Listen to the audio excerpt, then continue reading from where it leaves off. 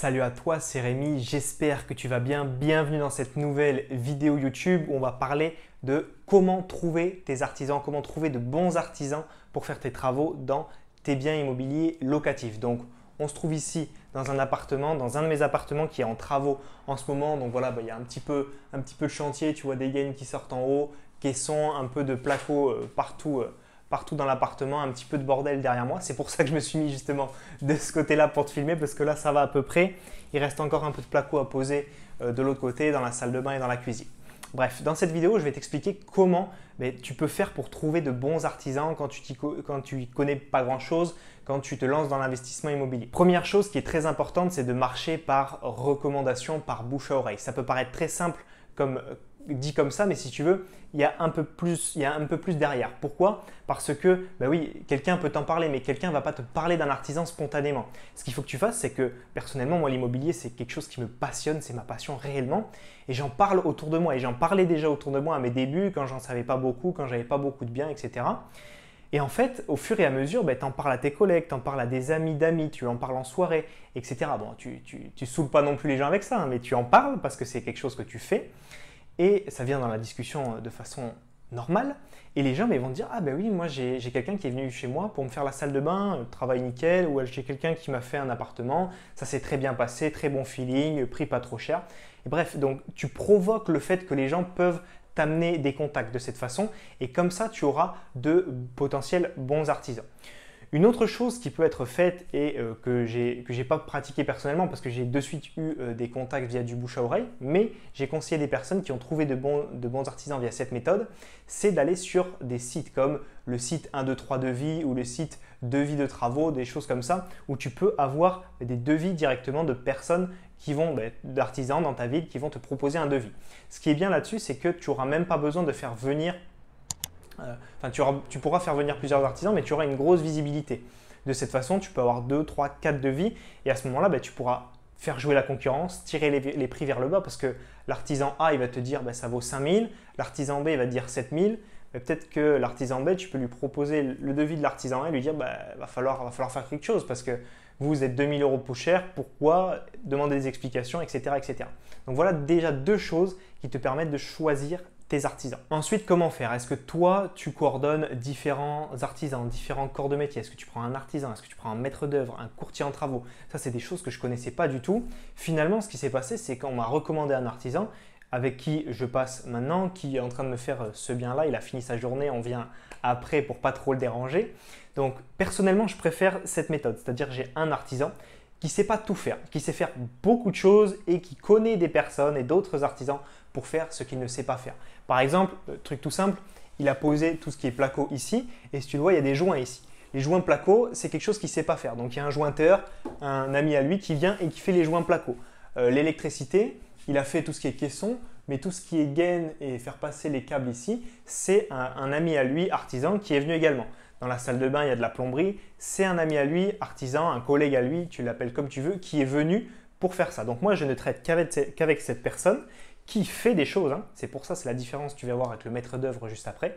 Il fait pas mal de choses et ce qu'il ne sait pas, il le délègue, il a son équipe, mais c'est lui ma seule interface. Ensuite, tu as le maître d'œuvre. Le maître d'œuvre, il ne met pas les mains dans le cambouis, mais par contre, lui, il coordonne tous les différents corps de métier et c'est lui qui s'occupe de suivre ton chantier, de faire les visites de chantier, de s'assurer du suivi, de s'assurer que les artisans débutent le bon jour, qu'ils finissent le bon jour, qu'ils s'accordent bien, que l'électricien est passé avant le carreleur, etc., etc. Mais ça coûte plus cher. Et ensuite, tu as le courtier en travaux qui lui va essayer, comme un courtier en crédit immobilier, de tirer les prix vers le bas pour le carreleur, pour l'électricien, pour le plombier. Et après avoir des devis les plus bas possibles, mais lui, il ne va pas s'occuper de les gérer. Ce sera à toi même de gérer les différents corps de métier. Donc voilà, ça, c'est aussi à toi de choisir quelle méthode tu veux utiliser. Pour trouver le bon artisan pour tes chantiers immobiliers, pour tes investissements immobiliers locatifs, pense également à vérifier sa garantie décennale. Donc ça, c'est important. Tu tapes son numéro de SIRET sur société.com, tu lui demandes de te fournir tous les documents nécessaires, garantie, assurance, etc.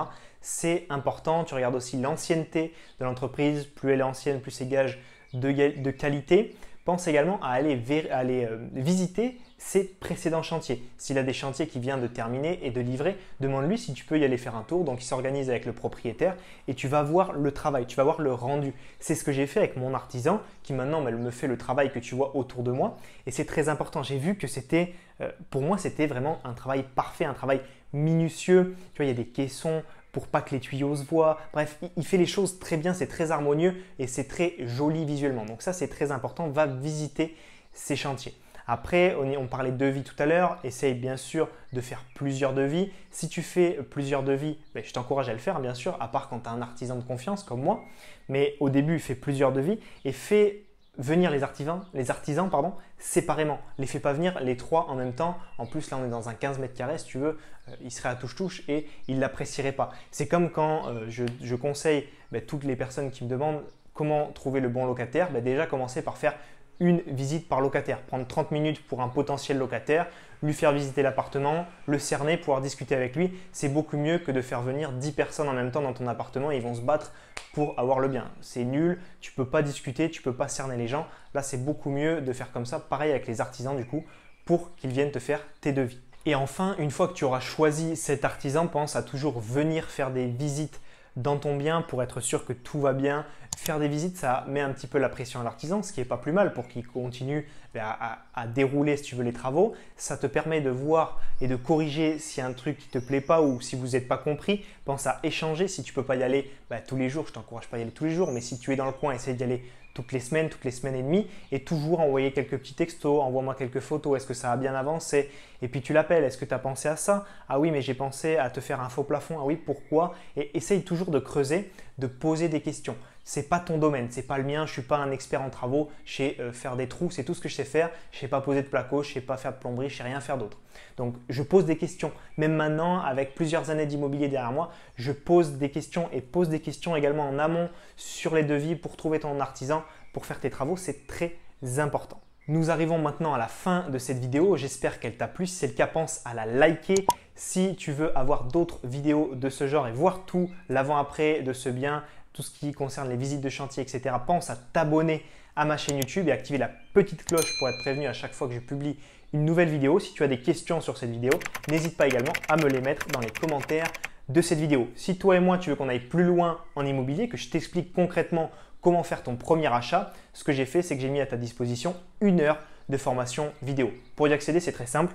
Tu cliques dans la description de la vidéo ou sur le petit carré qui va s'afficher juste en bas de ton écran et tu accéderas directement à 5 vidéos de formation privées et inédites qui t'expliqueront de A à Z comment faire ton premier achat locatif rentable qui te rapporte dès le premier mois de loyer. On se voit tous les deux de l'autre côté dans ton espace de formation privé. C'était Rémi. Ciao, ciao.